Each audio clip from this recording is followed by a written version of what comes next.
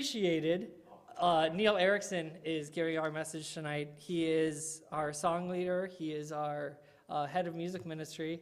One of my favorite things about Neil is how committed he is to things.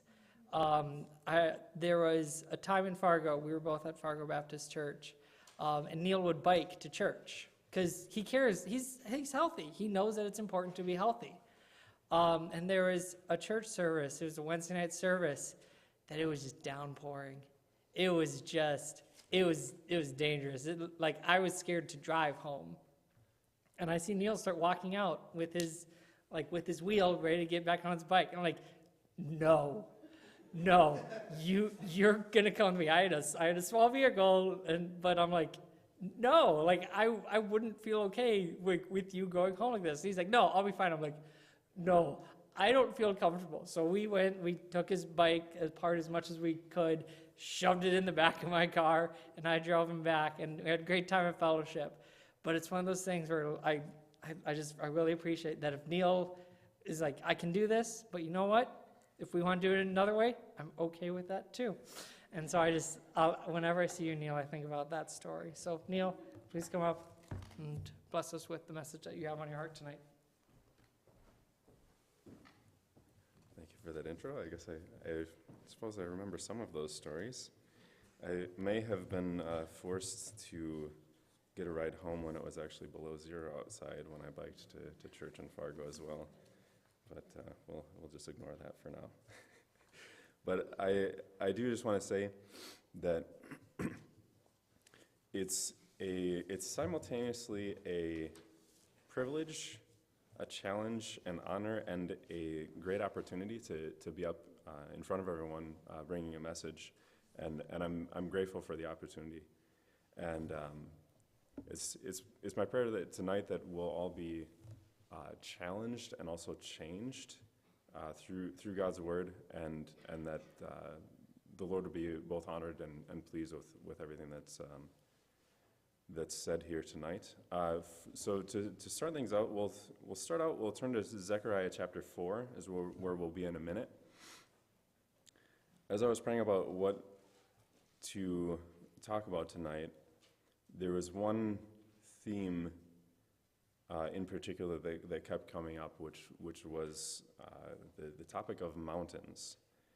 And there are a few different passages that talk about mountains throughout the Bible, and we're going to be looking at one of those, which is actually not talking about a physical mountain, and I do enjoy the physical parallel that the Lord gives in this particular case, but it's very helpful for us of just seeing things that are impossible for us to move, but recognizing that through the Lord's power they are movable. And I just wanted to get into a few more of the details of that this evening. So if we go to Zechariah chapter 4, which I will also get there myself, we see kind of this mountain being introduced. So Zechariah chapter 4 and verse 6,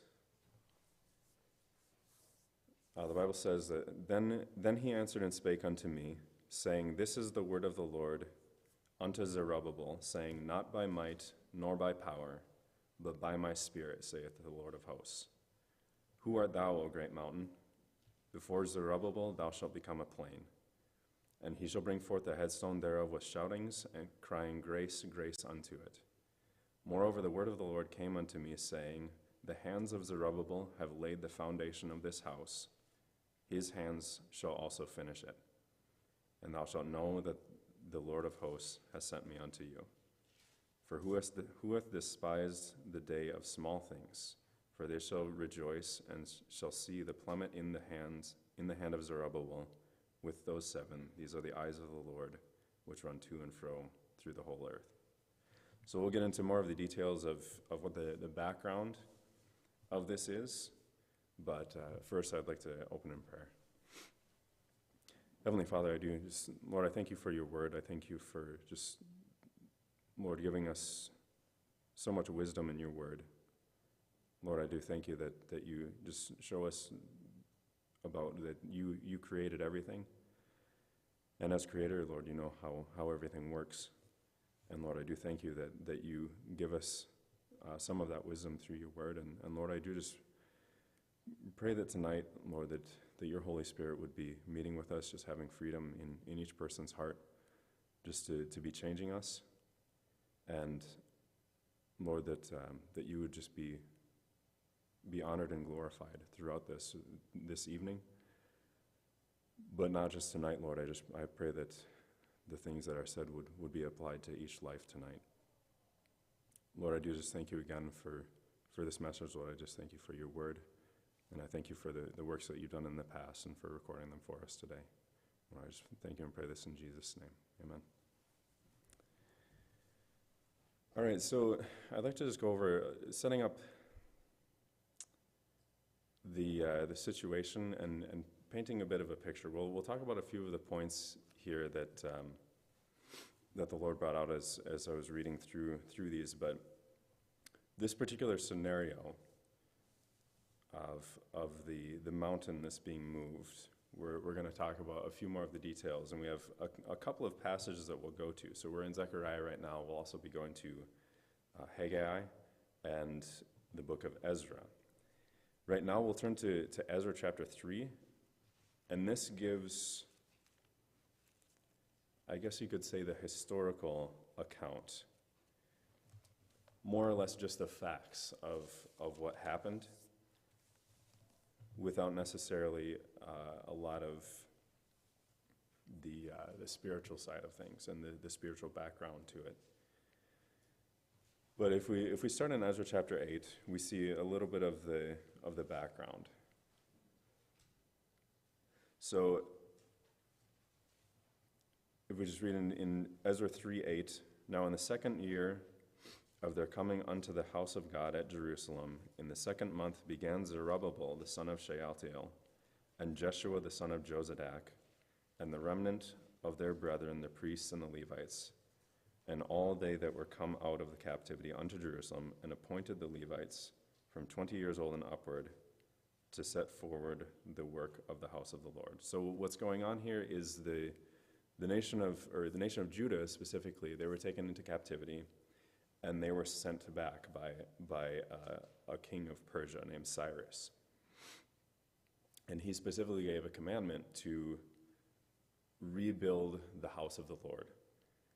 And so that's what's going on here. Is Zerubbabel was kind of their leader at the time, and they're all going back and they're going to start building the house of the Lord, which is what we see in verse number 10 of Ezra 3. And when the builders laid the foundation of the temple of the Lord, they set the priests in their apparel with trumpets, and the Levites, the sons of Asaph, with cymbals, to praise the Lord after the ordinance of David, king of Israel. And they sang together by chorus in praising and giving thanks unto the Lord, because he is good, for his mercy endureth forever toward Israel. And all the people shouted with a great shout when they praised the Lord, because the foundation of the house of the Lord was laid. So here we see the foundation is being laid of the house of the Lord. So they have a commandment from a king. They have a purpose. They're rebuilding the house of the Lord. But chapter 4 of Ezra, if we read in verse number 1, now when the adversaries of Judah and Benjamin heard that the children of the captivity builded the temple unto the Lord God of Israel, they came to Zerubbabel and to the chief of the fathers, and said unto them, Let us build with you, for we seek your God as ye do, and we do sacrifice unto him since the days of Esarhaddon, king of Assur, which brought us up hither. But Zerubbabel and Jeshua and the rest of the chief of the fathers of Israel said unto them, Ye have nothing to do with us to build an house unto our God, but we ourselves together will build unto the Lord God of Israel, as King Cyrus the king of Persia hath commanded us. So they're starting to build. Some people are offering to help, and they said, no, this isn't part of the commandment. We're going to continue to build. Then in verse number 4, so Ezra 4, verse 4, then the people of the land weakened the hands of the people of Judah and troubled them in building, and hired counselors against them to frustrate their purpose all the days of Cyrus king of Persia, even unto the reign of Darius king of Persia. In verses 23 and 24, well, I guess, so after this, they hire counselors against them. They end up sending a letter to the king of Persia at the time, who was controlling Jerusalem. And they say, hey, this city is not a good city. They rebelled against kings in the past, and even longer ago, they had some very great kings and were, in control of everything. If you let this city be built, then they're going to rebel against you and cause damage to your kingdom. So the king reads this letter, does some, I guess, history searching as far as whether those things were true, and found, yes, they were true, that the city of Jerusalem did rebel against kings, and they did have over them some very great kings in the past. So then he sends a letter back. So we see for Ezra chapter 4, verse 23. Now when the copy of King Artaxerxes' letter was read before Rehum and Shimshai the scribe and their companions, they went up in haste to Jerusalem unto the Jews and made them cease by force and power. Then ceased the work of the house of God, which is at Jerusalem. So it ceased unto the 2nd year of the reign of Darius king of Persia. So here they start building, and things are going well. They laid the foundation, and then other people appeared to help, but they actually didn't like it and were trying to stop them. And they actually were able to set things up such that the king who was over them prevented them from doing any more work. So now if we go right into chapter 5 and verse 1, then the prophets, Haggai the prophet and Zechariah the son of Iddo, prophesied unto the Jews that were in Judah and Jerusalem in the name of the God of Israel, even unto them. Then rose up Zerubbabel the son of Shealtiel and Jeshua the son of Jozadak, and began to build the house of God which is at Jerusalem. And with them were the prophets of God helping them. At the same time came to them Tatnai governor on this side the river, and Shethar-Boznai and their companions, and said unto them, Who hath commanded you to build this house and to make up this wall? So again, they start building, and we'll actually go. We read, so that reference Haggai the prophet and Zechariah the son of Iddo. We read the passage from Zechariah earlier that the Lord promised him promised Zechariah that he laid the foundation of this house and that he was also going to finish the house. And we'll look into what Haggai wrote a little bit later as well. But they start building against the commandment, the most recent commandment of this king. Again, they had an earlier king that commanded them, you should build this house. And then another a king later said, stop building. And then this governor that's kind of in charge of this area is saying, hey, what are you guys doing? So then verse number 4, Then said we unto them after this manner, What are the names of the men that make this building? So it's almost like, who are the names of, or who commanded you to do this? And, well, we did, more or less. Verse 5, But the eye of their God was upon the elders of the Jews, that they could not cause them to cease, till the matter came to Darius. And then they returned answer by letter concerning this matter. So here, the Lord prevented the people that were trying to stop them. The Lord was just like, no, you're not going to stop them. They're going to keep going.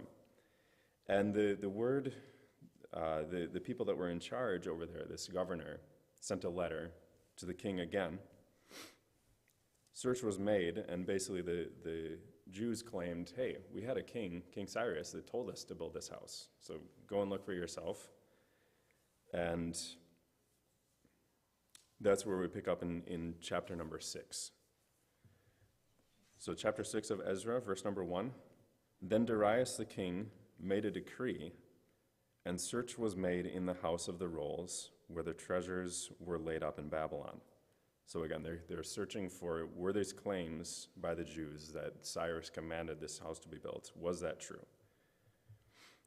Verse number 2, and there was found at Achmetha, however you pronounce that, in the palace that is in the province of the Medes, a roll, and therein was a record thus written, in the first year of Cyrus the king, the same Cyrus the king made a decree concerning the house of God at Jerusalem. Let the house be builded, the place where they offered sacrifices, and let the foundations thereof be strongly laid, the height thereof 80 cubits, and the breadth thereof 80 cubits, with 3 rows of great stones, and a row of new timber, and let the expenses be given out of the king's house. And also let the golden and silver vessels of the house of God, which Nebuchadnezzar took forth out of the temple, which is at Jerusalem, and brought unto Babylon, be restored, and brought again unto the temple which is at Jerusalem, even every one to his place, and place them in the house of God. So here they're finding that, yes, the King Cyrus did give this commandment, and not only did he give commandment to build it, he actually gave commandment to finance it as well. In verse number 6, now therefore Tatnai, governor beyond the river, and Shethar-Boznai, and your companions, the, however you pronounce that, Apharsachites, which are beyond the river, be ye far from thence. Let the work of this house of God alone, let the governor of the Jews and the elders of the Jews build this house of God in his place. Moreover, I make a decree what ye shall do to the elders of these Jews for the building of this house of God, that the king's goods, even of the tribute beyond the river, forthwith expenses be given unto these men, that they be not hindered. And that which they have need of, both young bullocks and rams and lambs, for burnt offerings of the God of heaven, wheat, salt, wine, and oil, according to the appointment of the priests which are at Jerusalem, let it be given them day by day without fail, that they may offer sacrifice of sweet savors unto the God of heaven, and pray for the life of the king and of his sons. Also I have made a decree that whosoever shall alter this word, let timber be pulled down from his house, and being set up, let him be hanged thereon, and let his house be made a dunghill for this. And the God that hath caused his name to dwell there destroy all kings and people that shall put their hand to alter and to destroy this house of God which is at Jerusalem. I, Darius, have made a decree, let it be done with speed. So again, we saw earlier that it said that the eye of the Lord was upon them. And here we see that the king's answer was, not only are you not going to stop these people, you are going to help them. So in verse 13, then Tatnai, governor on this side of the river, and Shethar-Boznai and their companions, according to that which Darius the king had sent, so they did speedily. And the elders of the Jews builded, and they prospered through the prophesying of Haggai the prophet and Zechariah the son of Iddo, and they builded and finished it, according to the commandment of the God of Israel, and according to the commandment of Cyrus and Darius and Artaxerxes, king of Persia. And this house was finished on the 3rd day of the month Adar, which was in the 6th year of the reign of Darius the king. So we see that they were prevented from continuing. So they started the work. There were people that prevented them from continuing, and they stopped for quite a while. I don't remember if it records exactly how many years. You could probably figure it out. Unfortunately, I didn't for the preparation of this message. Then a couple of prophets come along and say, hey, you need to continue building. They do, and the Lord is with them and makes a way for that to happen. And again, going back to Zechariah chapter 4, verses 6 through 10, we don't have to turn there, but just recalling that the Lord said that, who art thou, O great mountain? Before Zerubbabel thou shalt become a plain. And he said that Zerubbabel's hands laid the foundation and that he would also finish the house. And we see that happening here, that Zerubbabel, even though everything was against him as far as the commandments and people trying to prevent their work, the Lord said that this is going to happen. So I wanted to look at a few points a little bit more closely and just kind of apply it to things for today. So the first thing is that they had a vision, they had a purpose, and at some point they lost that purpose. They lost the will to keep going. And there can be any number of things that can happen to us in our lives that can prevent us, if we have something from the Lord lays on our heart to do something specific.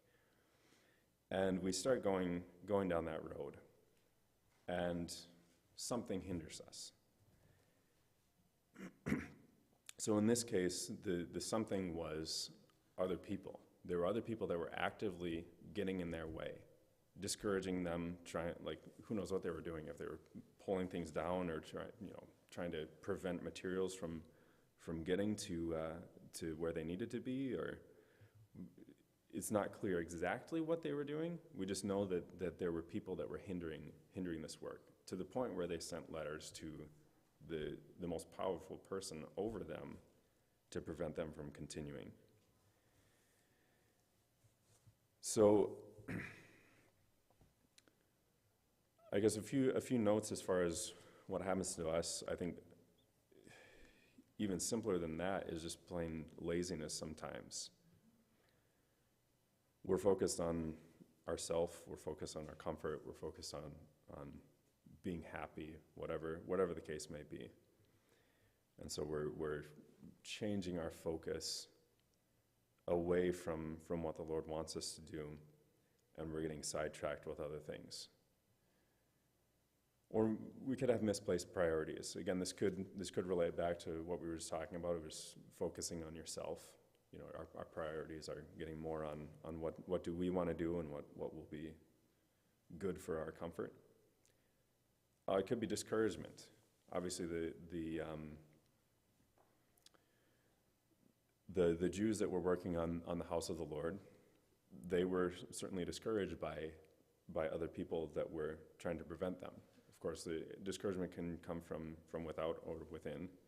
We can certainly discourage ourselves, or something is more difficult than we thought, and so we stop trying as hard as we could, or we maybe stop praying for something.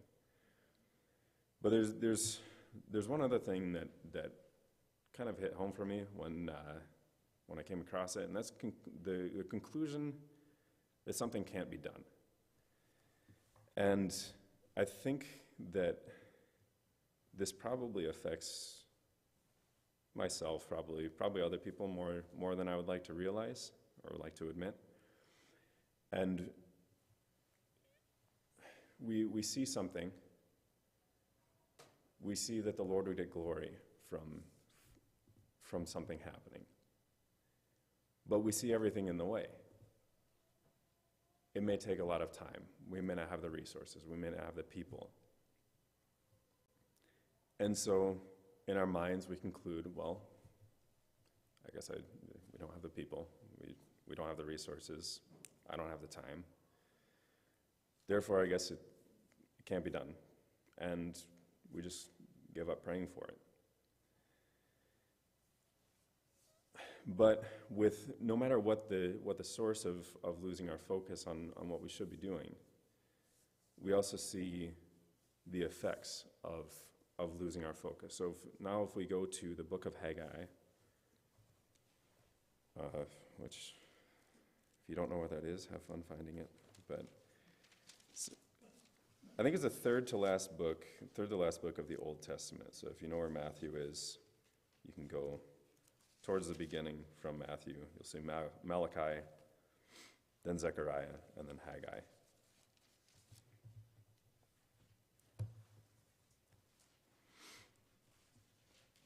I would give you a page number, but everybody's page number is different, I suppose. So in the book of Haggai, chapter number 1, we'll read a few verses from this because it highlights the effect of what happened here. The people were discouraged from continuing, and they gave up on the work. And it said that the work ceased until whatever year of some king, but for probably quite a few years. So Haggai chapter 1 and verse number 5.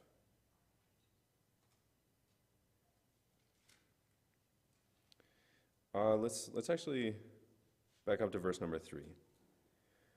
Then came the word of the Lord by Haggai the prophet, saying, "Is it time for you, O ye, to dwell in your sealed houses, and this house to lie waste?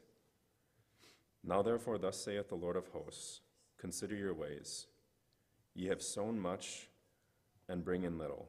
Ye eat, but ye have not enough. Ye drink, but ye are not filled with drink. Ye clothe you, but there is none warm. And he that earneth wages to put it into a bag with holes." Now if we skip to verse 9, "Ye looked for much, and lo, it came to little. And when ye brought it home, I did blow upon it. Why, saith the Lord of hosts? Because of mine house that is waste, and ye have run every man unto his own house. Therefore the heaven over you is stayed from dew, and the earth is stayed from her fruit. And I called for a drought upon the land, and upon the mountains, and upon the corn, and upon the new wine, and upon the oil, and upon that which the ground bringeth forth, and upon men, and upon cattle, and upon all the labor of the hands." Now if we skip again to chapter 2 and verse 16,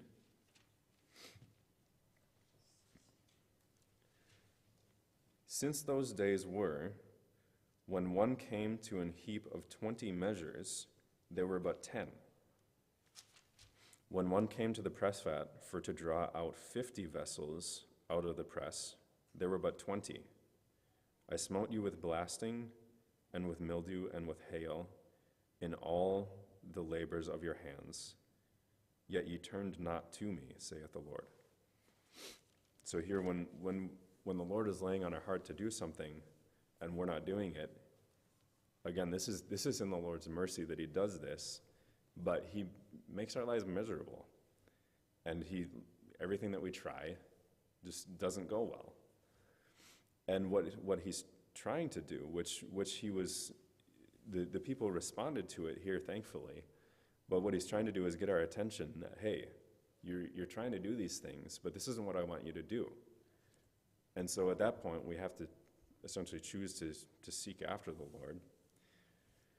And that brings us to the second point of regaining our focus. So at what point do we come to the conclusion that what we're doing isn't working and that we should seek the Lord? I think everybody is a little bit different. Some people are very sensitive, and it's, maybe they have a day where their prayer time isn't going well, and that's a signal to them that, hey, something's wrong here, and I need to seek the Lord as far as what I need to get right. Other people, it can be months or even years, unfortunately, where they're trying to do things, and the Lord is just preventing them from getting anything accomplished, from having any joy. And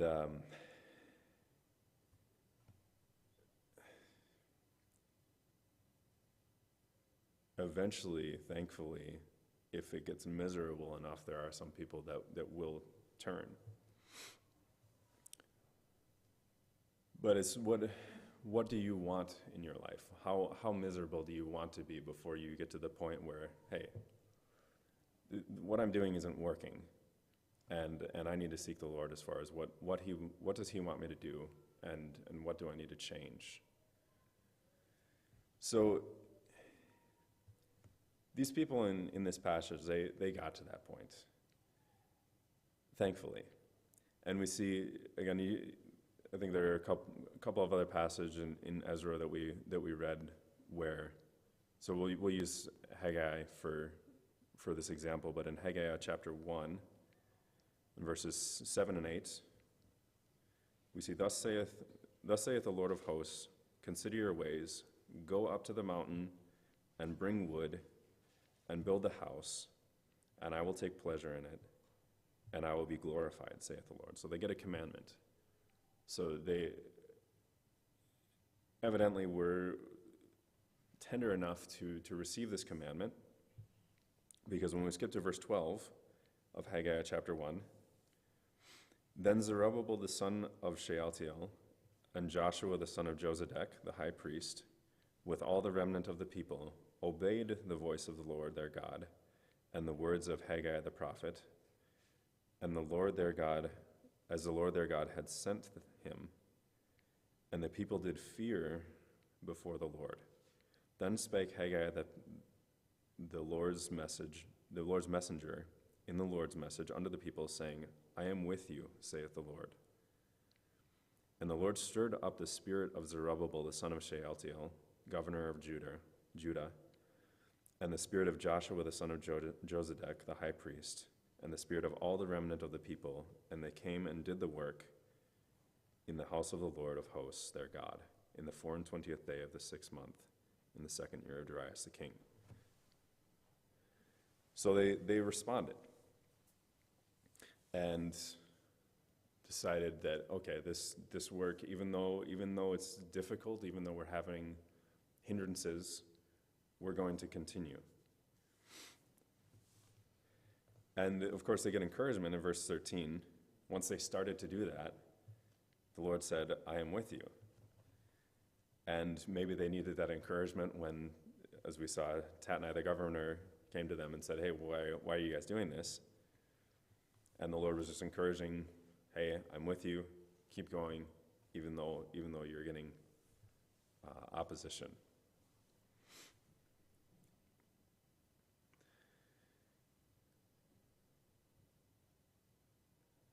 So once we do,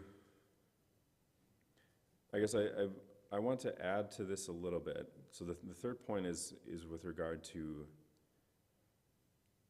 I couldn't quite find the right word for this. I have either maintaining or perfecting our focus, because, right, it's easy to get sidetracked. And so we have an interesting thing happening. It was interesting to me as I was reading it. Let's just read in Haggai chapter 2, and we'll read the first 9 verses.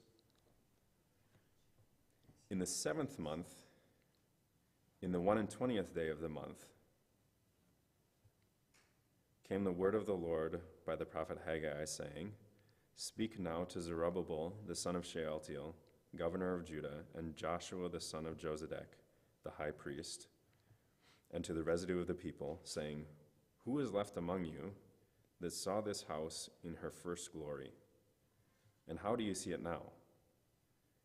Is it not in your eyes in comparison of it as nothing?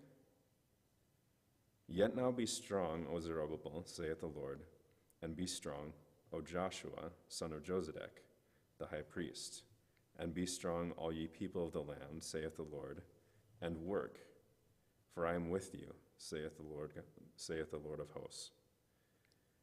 According to the word that I covenanted with you when ye came out of Egypt, so my spirit remaineth among you, fear ye not. For thus saith the Lord of hosts, yet once it is a little while, and I will shake the heavens, and the earth, and the sea, and the dry land. And I will shake all nations, and the desire of all nations shall come.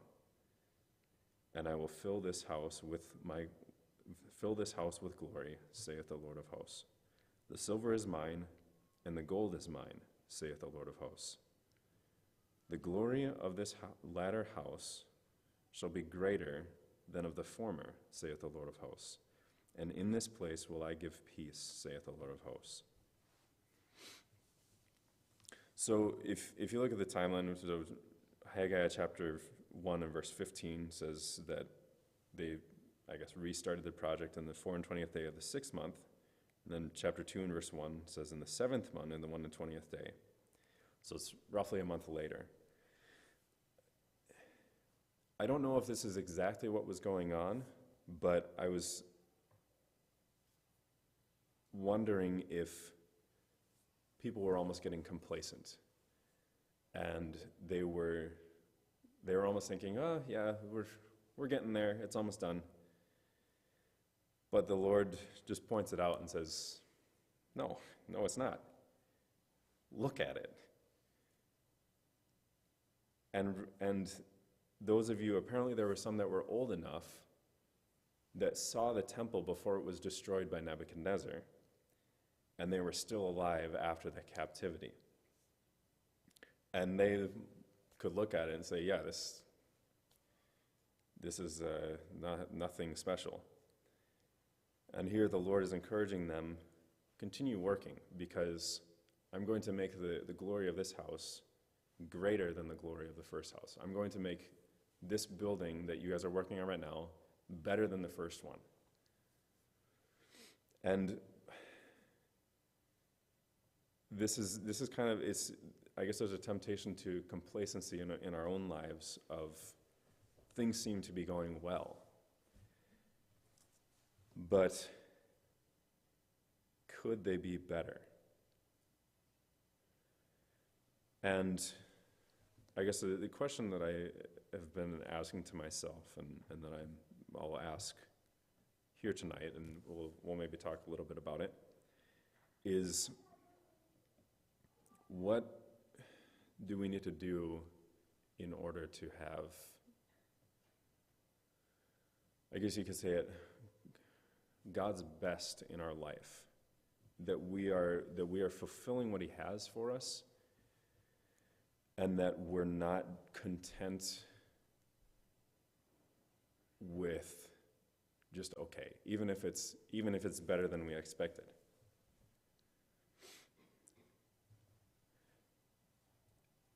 And again, this point was one that I struggled with a little bit because I'm not there. But a few thoughts that I had were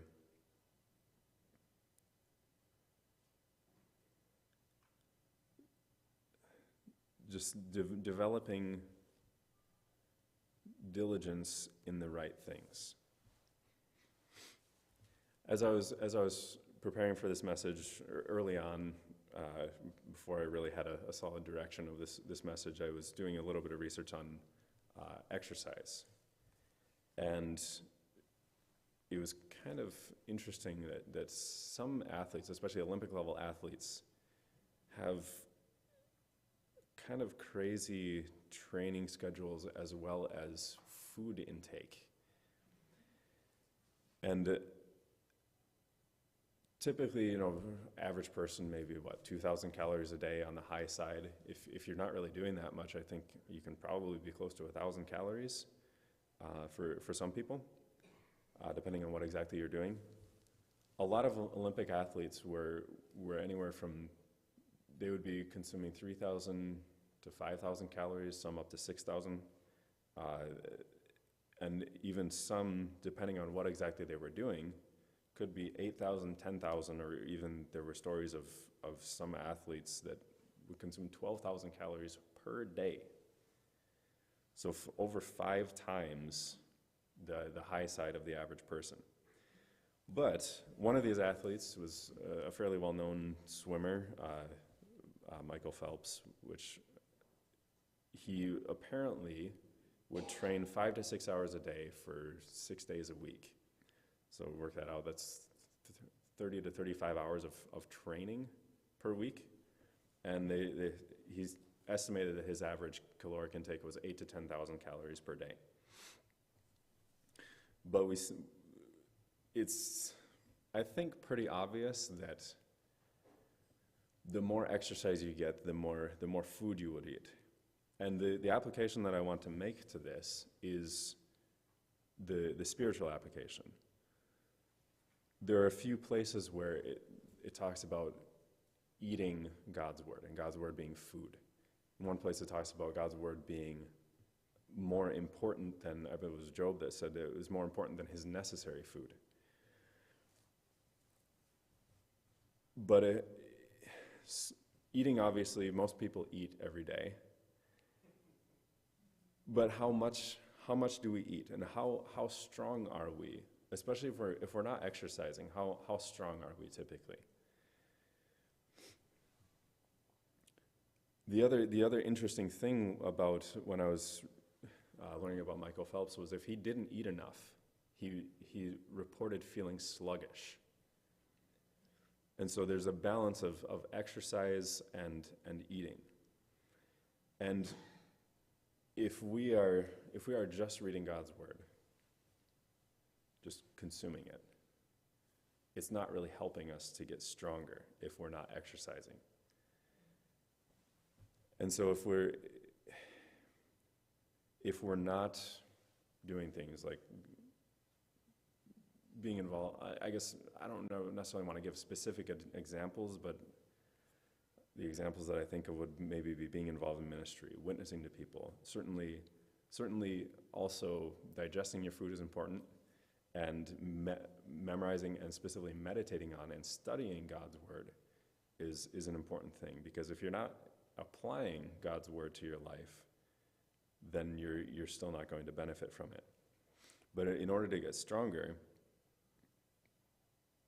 you need to be exercising as well. So you need to be, I would maybe also equate it to being out there ministering to people, witnessing to people, sharing truth with them. When you start talking to people and they start asking you questions, whether sincere or not, some people ask insincere questions, other people do ask sincere questions, but they will challenge you. They'll get you to think, and maybe even get you to question, well, what do I really believe? And those are the types of things that will exercise us spiritually, such that we're getting an appetite. As we exercise, we get more hungry. And then we eat, and then we get the recovery side of things as well. So, again, here with regard to the maintaining things, we do have to be very careful about it, because even in the book of Ezra later, after the passage that we read, the people got into sin, and that had to be dealt with. And so we need to be very diligent about every day being in God's word and praying to the Lord, asking him how he wants us to be, I guess, exercising such that we have an appetite for his word. But the thing that I wanted to wrap up with, again, I said that the main theme that kept coming back to me was about mountains. At the beginning of the message, we talked about how the Lord promised to Zerubbabel that before him, the great mountain would become a plain, the great mountain of all of the hindrances to building the house of the Lord. And that happened. And the thing was, when Zechariah and Haggai came to the people and prophesied to them, they responded right away. And so that indicates to me that though there was a mountain in their way, they saw God as being bigger than the mountain that was in front of them. And similar for us, do we see the problems that we have as being bigger than God? Or do we get complacent and say, well, we can't move these. We can't do anything about it, so why try? Or do we see the Lord as being bigger than those problems, and are we consistently seeking after him to move those mountains? And so that's I guess, the question that I wanted to leave us with is what is the mountain that's in front of us today? And how badly do we want to see the Lord move it? And how is that motivating us to seek after him to move that mountain? So with that, I think maybe we will have a few minutes of invitation. So if we have a piano player, we'll... but yeah, we'll stand to our feet. And I want to take a few minutes. I maybe won't say much, but I just want to give people a little bit of time to think about, what is the Lord speaking to you about now? And what is the mountain that's in your way that he's wanting you to pray for?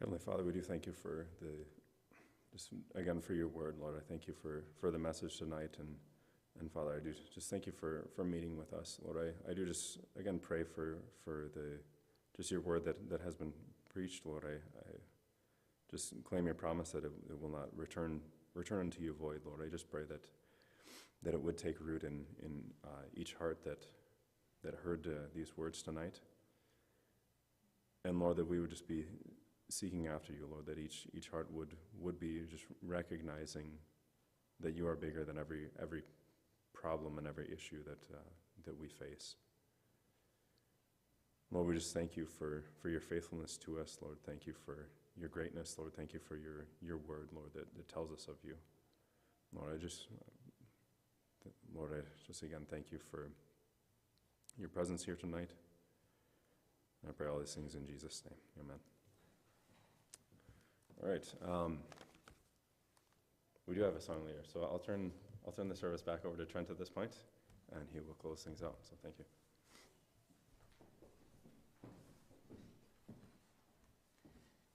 Just remember, we have outreach on Saturday. Those in Israel and Greece to pray for, and try to remember to invite someone to church on Sunday so we can have a wonderful day together. But forward to that, let's bow our heads in prayer.